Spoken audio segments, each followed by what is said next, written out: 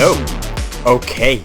All of Us Strangers, a British romantic fantasy film written and directed by Andrew Haigh and based on the 1987 novel Strangers by Taishi Yamada. Apologies if I pronounced the name incorrectly there.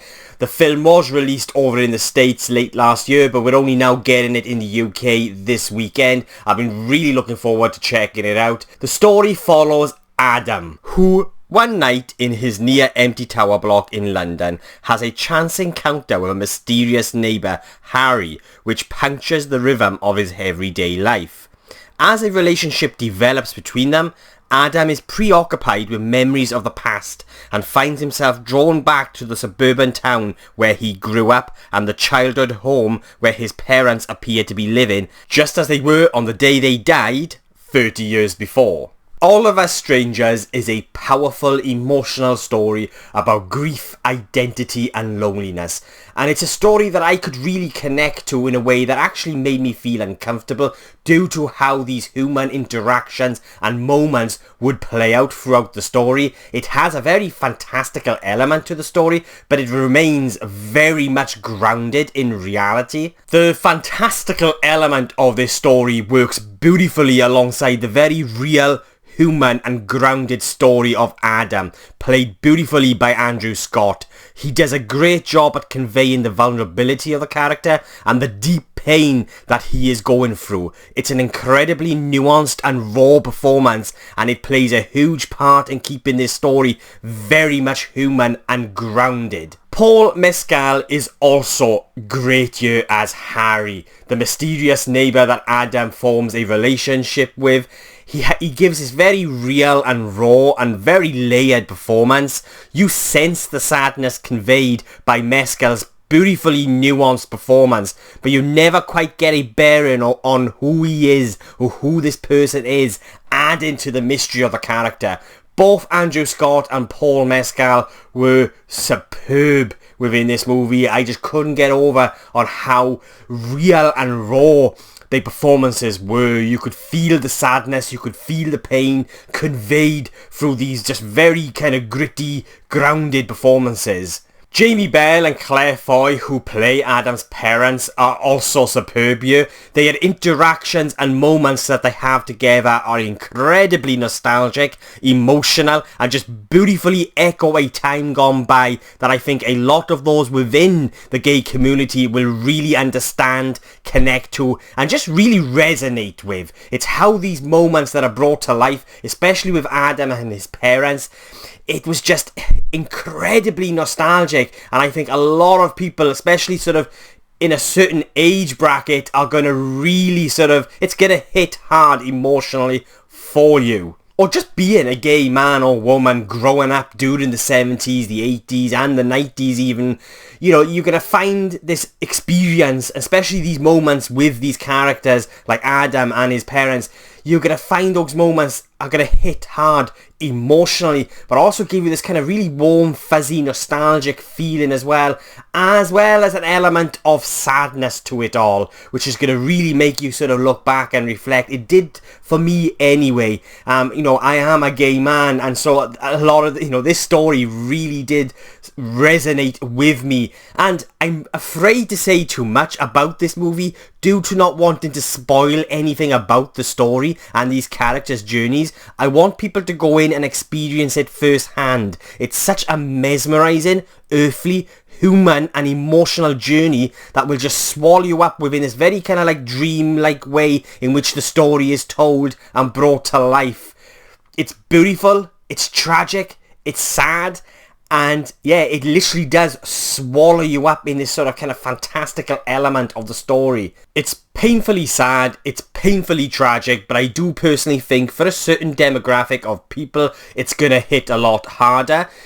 But I think everyone's going to take away something from this movie. Whether you be gay or not, it just has that very human story to it that I think everyone is going to be able to connect to on some level.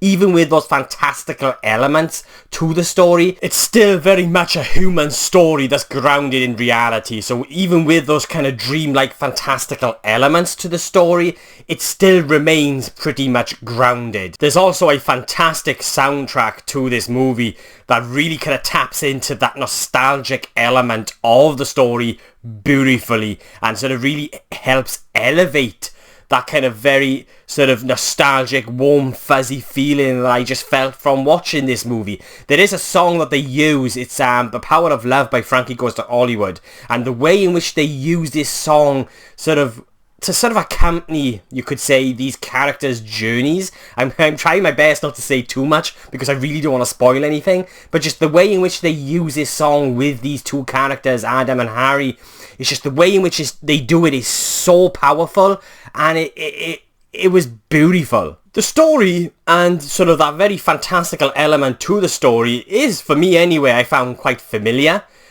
But what they do differently here is really sort of highlight what it means to be gay, especially growing up during the 70s, the 80s and 90s.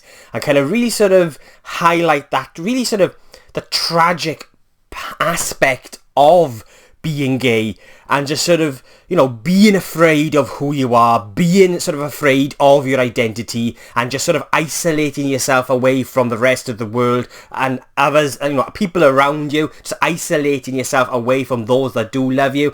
And it really sort of highlights sort of the real kind of tragic reality really of what it is actually like sometimes, not for everyone, but for people who for a gay man or woman to have grown up in the, you know, in the 70s and the 80s and the 90s.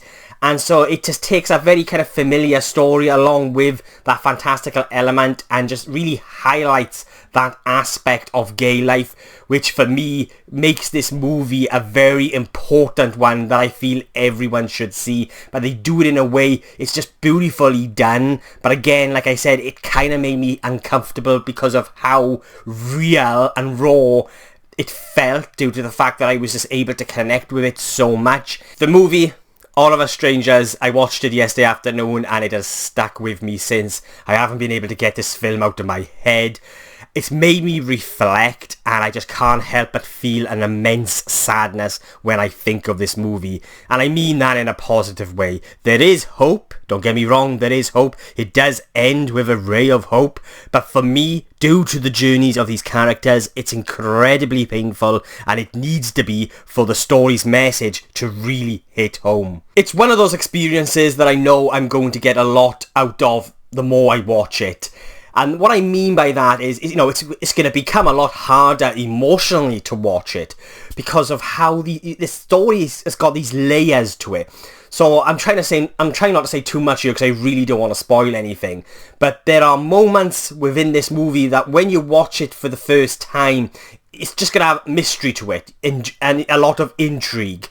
And you're just going to be left wondering as the story progresses and these characters' journeys evolve. So the first time you watch this film, it's going to be shrouded in mystery. The second time you watch it, you're going to find so much when it comes to certain expressions within, you know, with these characters and sort of what they do in certain moments that's going to have so much more impact the second time round than they did the first time because they're going to make a lot more sense. And so yeah, I've tried to say that in a way that really doesn't, I hope anyway, spoil the story. I loved this film. I absolutely loved it. It is a hard watch, I felt. It's got hope in it. But emotionally, it's very hard to sort of sit through, and I mean that in a positive way. It does exactly what a film should do. It swallows you up, and you're in this world with these characters, but it's also a very real world. It's a very human story that I was able to connect to, and I just really liked how this story was brought to life, along with the fantastic performances from all of the cast, the standouts being Andrew Scott and Paul Mescal. Their performances in this movie are simply beautiful. So yeah, enough rambling on from me. If you haven't checked All of Us Strangers out yet, please do. I highly recommend it, and I will be giving All of Us Strangers a 10 out of 10.